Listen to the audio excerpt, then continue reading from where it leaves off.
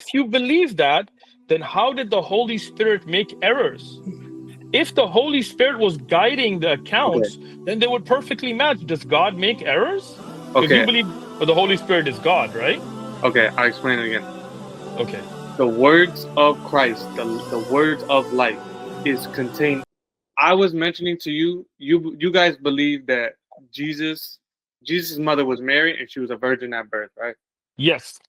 So the words that he said, me being fully, well, you guys don't believe this, but our idea is being fully God, fully man. His words that he's saying, or it doesn't even need to. You don't even need to believe maybe that. But him being a prophet, which is what you guys believe, we believe in that he has the words of God containing them. He's godly and containing them.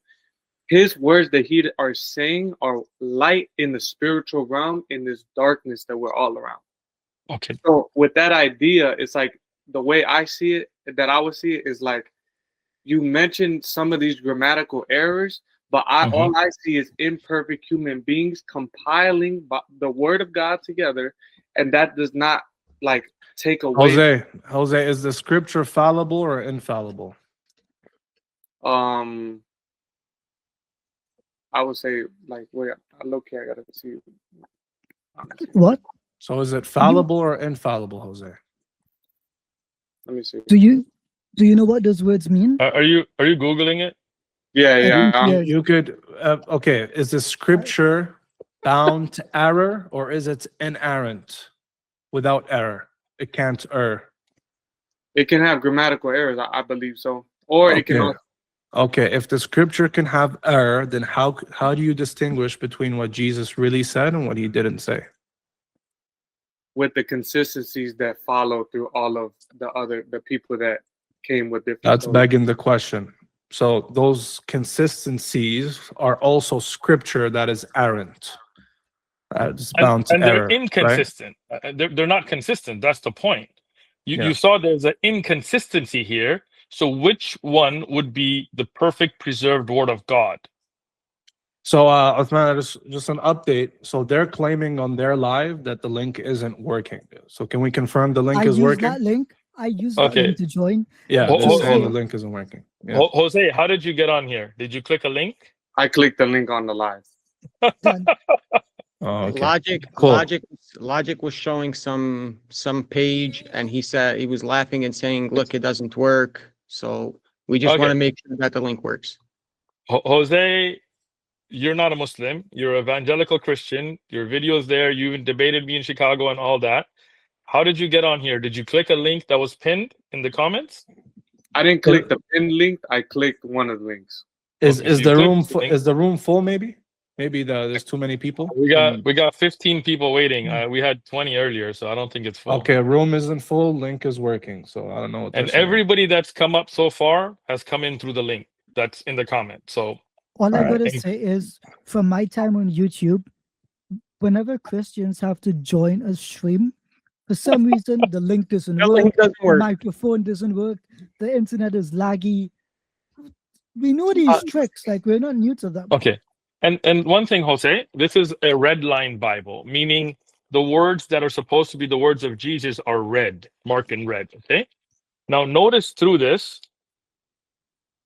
hardly anything is red. Right? So don't Keep think flipping. I can go through the whole. You see if it is, it's red like this. But you look at the rest of it, it's all black. Why? Because this is not the words of Jesus. These aren't even ascribed to Jesus. Christians don't even claim that the Bible is the words of Jesus, except very few aspects of the Bible that are redlined here. Well, you know what we believe, though. What do you believe? We believe that the Holy Spirit fills the believer, empowering them. That's okay, Jose. If you believe that, then how did the Holy Spirit make errors? If the Holy Spirit was guiding the accounts, then they would perfectly match. Does God make errors? Because you believe the Holy Spirit is God, right? Okay, I'll explain it again. Okay. The words of Christ, the words of light, is contained in the Bible. But when people contain the scriptures, bringing their descriptions, there was imperfect. Like, we're imperfect human beings, so of course there will be some errors in some places. So Jose, well, what if I ask you, how do you determine what should be in the Bible and what shouldn't be in the Bible? It was passed through many men and women of God. It was not. There's no evidence of that. So how do you know, for example, that's a lot of church history to deny. No, there's So church history actually confirms that the second letter of Peter was rejected by early fathers. Eusebius actually says that the second letter of Peter is spurious and it shouldn't be used as scripture, but it's read, it's useful. So Eusebius says that. You have the Muratorian fragment, which is our earliest document that lists down New Testament canon. It doesn't include James, I believe. It doesn't include Revelations. It doesn't include several New Testament documents. Early codices like the Codex Sinaiticus and Vaticanus some include Deuterocanonical, some don't. Some include the Shepherd of Hermas and other documents that are not canonical. So how do you determine what is scripture? Because as far as I know, the councils that were determining scripture, like the Council of Hippo, the Council of Carthage, those were local synods, and they were not universally binding. And those were pretty late. They're 4th century. So how do you determine scripture? I mean, I wouldn't have much to say outside of what I said. But you didn't say anything. You're not saying anything. Okay, listen, Jose, look at this book. Read what this book. What's the name of it? The lost books of the Bible. You see this whole book?